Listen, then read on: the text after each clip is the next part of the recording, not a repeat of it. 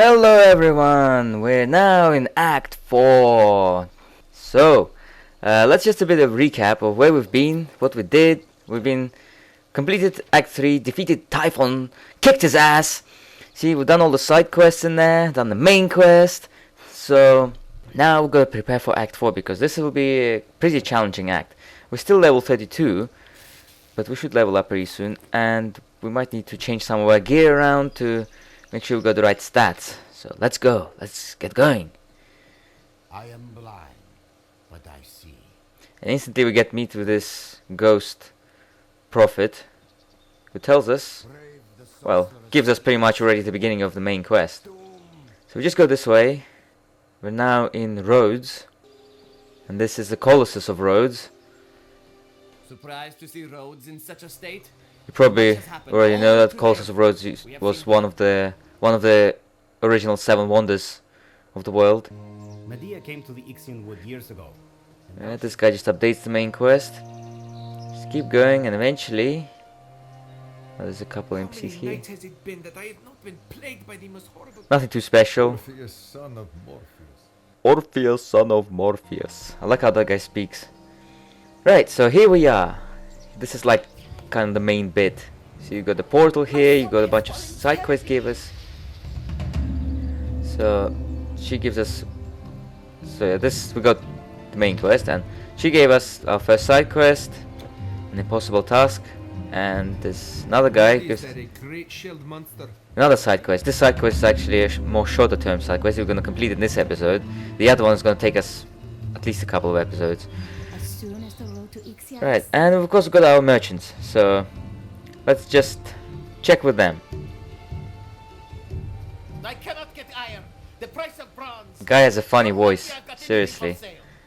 Right, there are a few, not that much to sell, and alright guys, so I checked the merchants. I've also went back to Chang'an and checked those merchants, but we don't seem to have much new gear, so we just have to make best use of what we've got, and we need to deal with this piercing resistance. It's 13%, it's really low, and the offensive and defensive ability is sort of okayish. But yeah, piercing resistance should be our priority right now because it's quite low, and we've got this helmet here with some piercing resistance. Because the thing is, for Act 4 you need at least 40% piercing resistance. This actually, see, just about gets us to 40%, so this is acceptable. We can use this helmet. The only problem is we're losing a bit of offensive and defensive ability, some strength, dexterity, and all sorts of stuff. So I'm gonna put this Linnaeus Guile on it, because it gives us some dexterity. And if we put this Linnaeus Guile on it, at the very least our offensive and defensive ability loss will not be so dramatic. There we go. So 260 offensive, 315 defensive is acceptable. I'd advise you to have a good defensive ability for this act as well.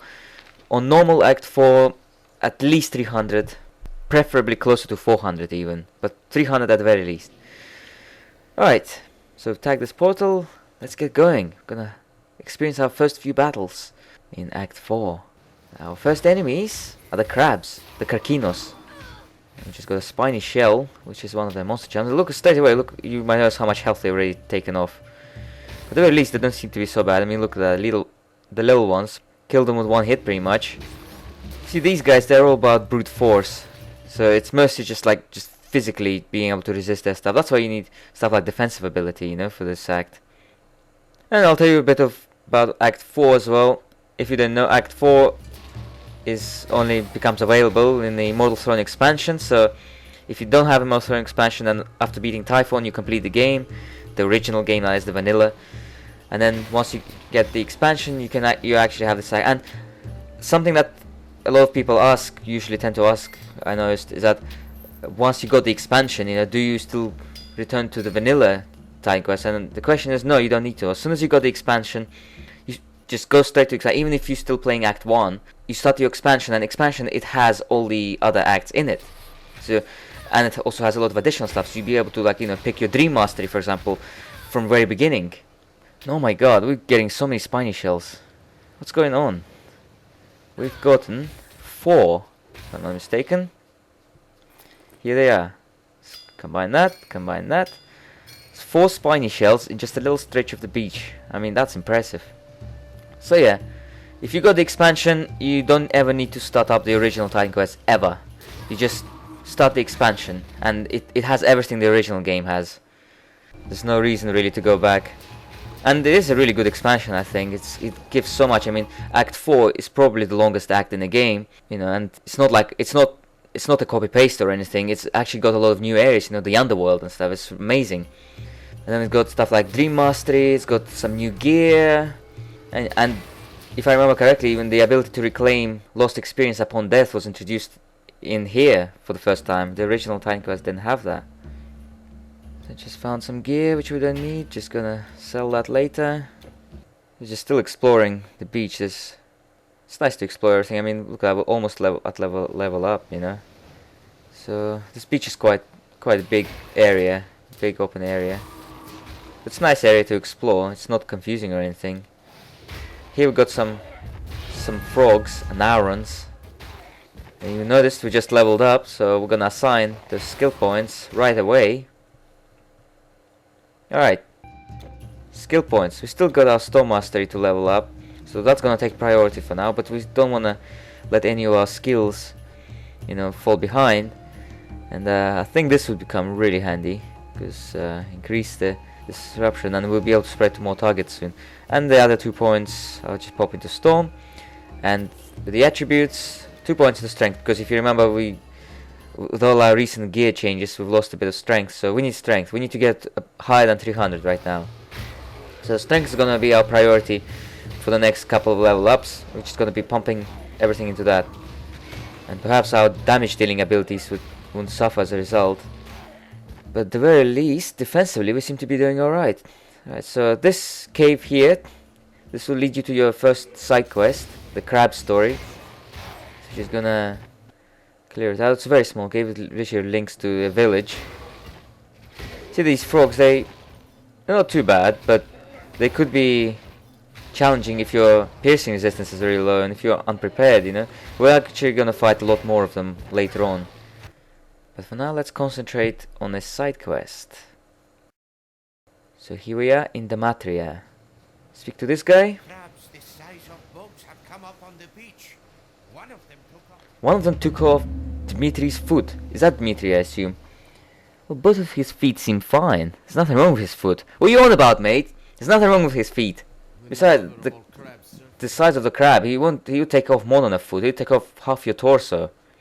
And you will see why. Yeah, there isn't that much preparation needed for this crab, actually. For this side boss.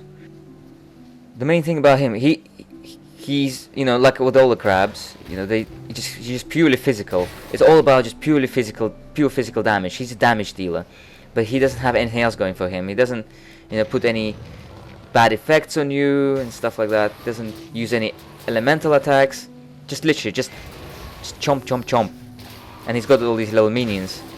But yeah, see, resisting, and we unleashed Colossus form, which is very useful here, you know, for such a short boss fight. Okay, we're managing to tank him really well.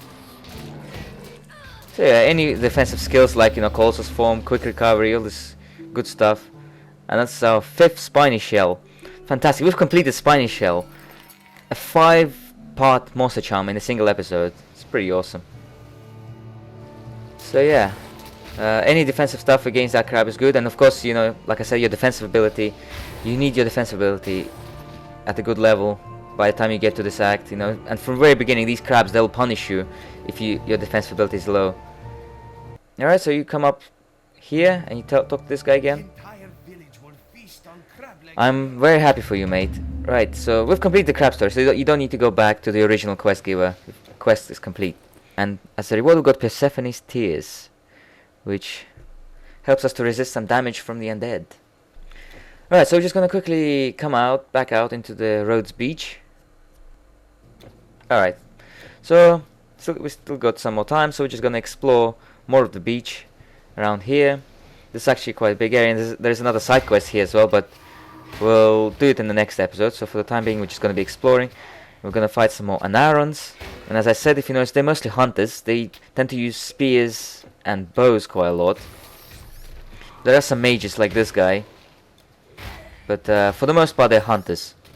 So piercing resistance, that's where piercing resistance comes in.